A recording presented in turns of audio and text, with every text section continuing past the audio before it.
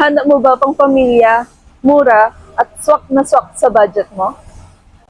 Panoorin mo lang ang buong video para malaman at makonsider mo isa sa pangpamilya at swak sa budget na para sa'yo. Kung bago ka pa lang sa aking YouTube channel, huwag kalimutan mag-like, share, at subscribe dito sa aking channel.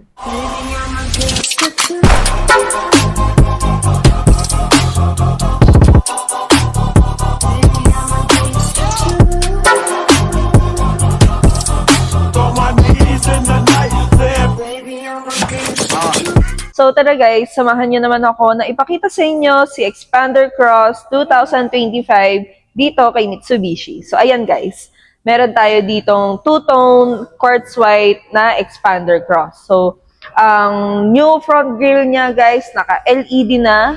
Ayan. And of course, kung makikita nyo guys, sobrang ganda rin ng kanyang front grille. So, ayan guys, uulitin ko yung headlights niya is naka-LED na and daytime running lights. Ayan. And naka-T-shape na siya, of course, dahil sa kanyang new design. And meron siyang fog lamps. And tara guys, pakita ko sa inyo yung two-tone alloy wheels ni Expander Cross. So, meron tayong 17-inch alloy wheels and naka-fender flares na siya. So, ready for active style. And ayan guys, dito naman tayo sa side mirror. So, sa side mirror guys, naka-equip na rin yung turn signal light niya. Ayan. And of course guys, si Expander Cross, which is kasi top of the line na siya, naka-KOS na siya. So, KOS, mag-activate siya with 70 cm na key fob niya. Pwede natin siyang in 70 cm kung nasa client lang yung pinaka-key fob, pwede lang natin siyang pindutin dito at ma-open si unit natin. So, tara guys, pakita ko sa inyo yung loob ni Expander Cross. So, ayan. Sa driver side, guys, ito yung pinaka button, power window button. Ayan. So, so, dito naman tayo, guys. Ang kanyang dashboard. Of course, since top of the line siya, guys, meron siyang color na navy blue. Ayan. Leather na rin yan, guys. Yung pinaka-dashboard niya. And, ayan. Dito naman sa steering wheels, 4-spoke leather wrap. And meron na rin siyang audio button. And of course, meron din siyang cruise control button. And again guys, meron din tong tilt and telescopic. So, pwede mo rin siya i-consider. Ayan. Dahil sobrang ganda pa rin ito.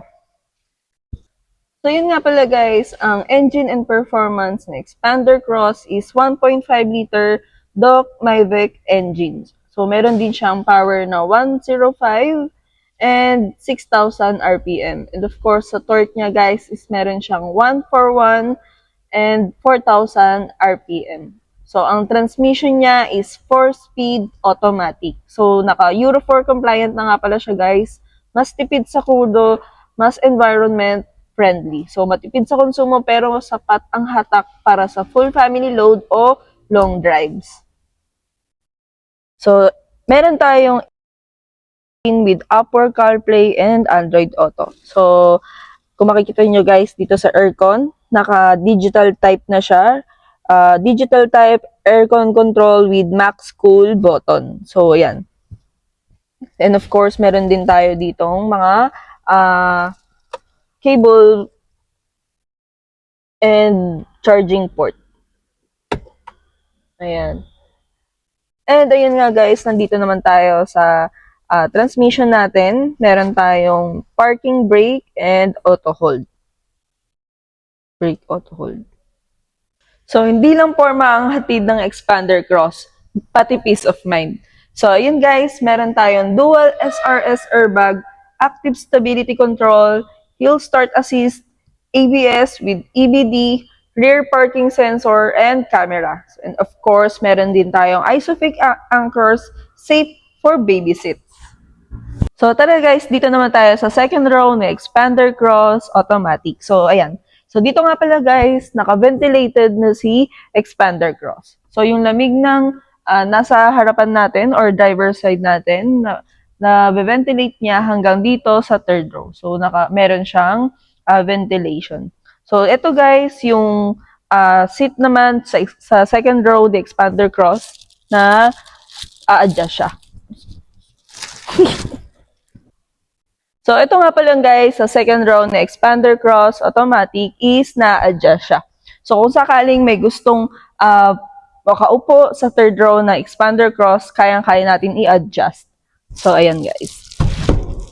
Ayan.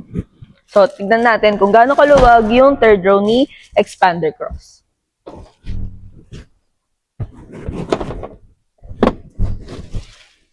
Ayan. Sobrang laki ng legroom ng expander cross natin. So, again guys, na-adjust yung pinaka-second row natin. So, kung sakaling matangkad yung umupo dito, kay expander cross, pwedeng-pwede natin siyang ma-adjust.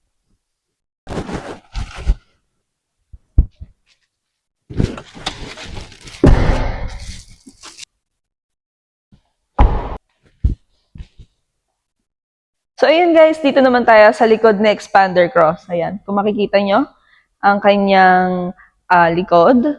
Of course, na siya, camera, reverse camera, and naka-spoiler na siya. So, equipped na rin nga pala sa expander cross ng roof rail. So, yan, mas maganda tignan, mas astig. At the same time, ayan, meron na siyang reflector. So yun guys, ang Expander Cross Automatic 2025. Sa budget na abot kaya, sa forma parang SUV, at sa loob na pangpamilya, ang Expander Cross ay hindi lang practical. Ito ay premium practicality. Crossover to better driving, Expander Cross 2025. Again, this is Madeline Vergara ng Mitsubishi Jose Eban Santos, Manila.